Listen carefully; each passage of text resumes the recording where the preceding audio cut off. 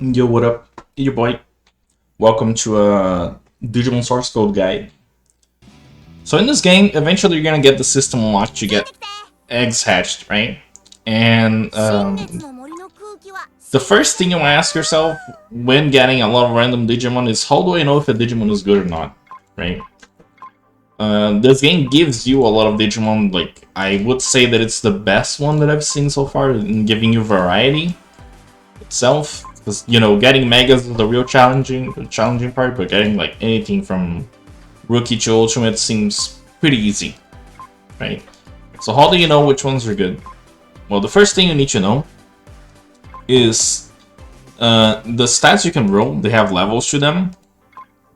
You can check that this is the whole list of stats. Some of them are negative status, debuffs, minus 10% to the stats.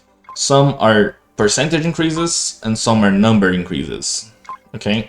And the way that this game works is that it allows you to actually roll for the same stat, like two stats of the same quality twice. Meaning that if you have something like this one that gives 1200 HP, you can roll for a lower version of the same stat on your same Digimon, right?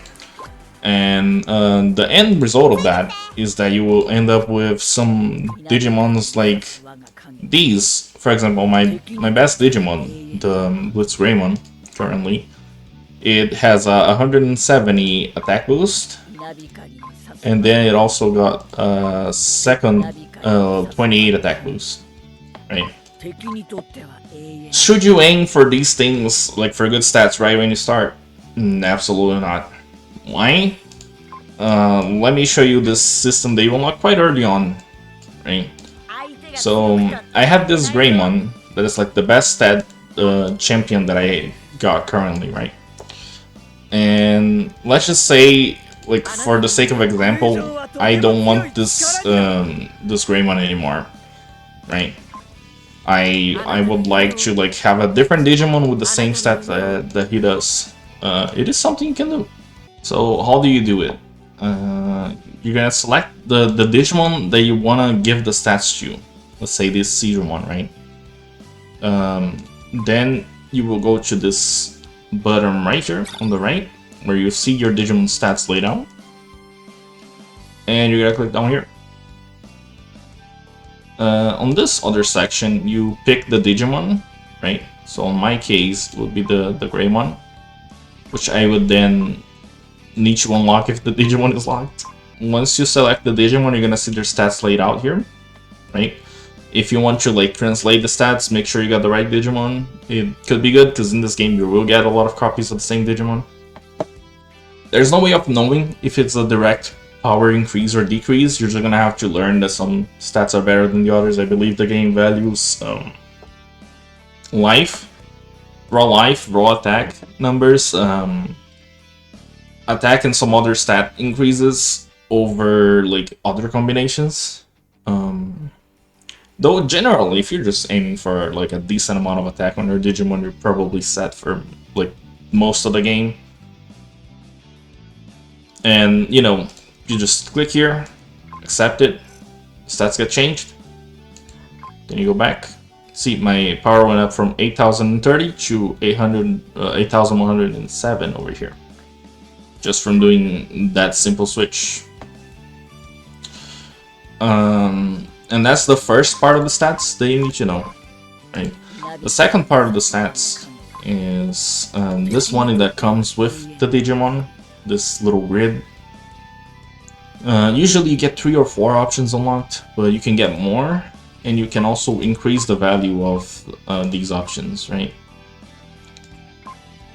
I would say at first, don't stress with this too much, because this kind of feels like, you know, if you have like more copies of the same Digimon, you could probably choose the better one, based on this criteria, but generally I wouldn't stress it too much, because this is where I feel there's a lot of randomness and a lot of values that are out of your control.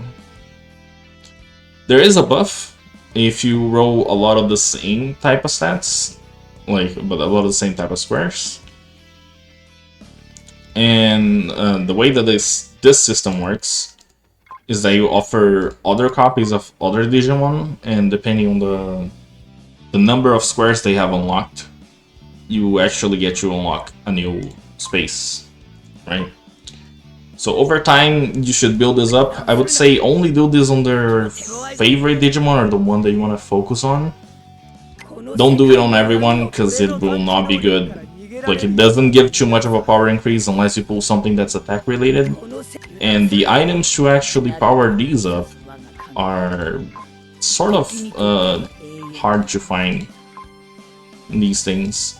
So I would say just hold back on it for a while. Once more is known about the system, we'll probably make a separate video on it. But those two are the individual values that your Digimon can have, right? The other thing is that leveling up is going to increase your Digimon stats a lot. But you gotta remember that the level limit is the level that your account is, right?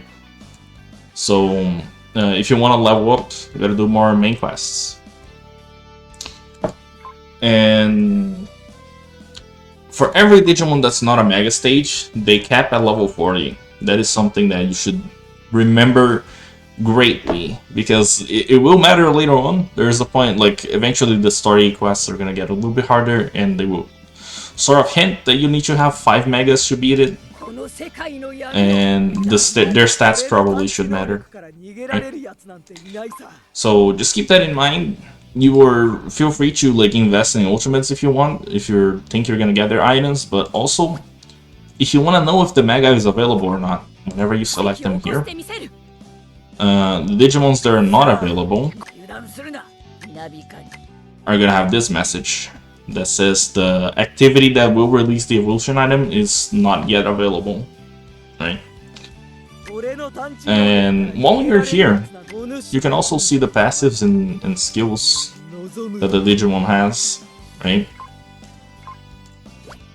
And I'm gonna go on skills on a different video, but that's basically the gist of it for stats.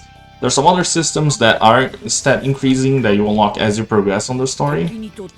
There are chips they drop, and they basically let you increase the Digimon's base stats.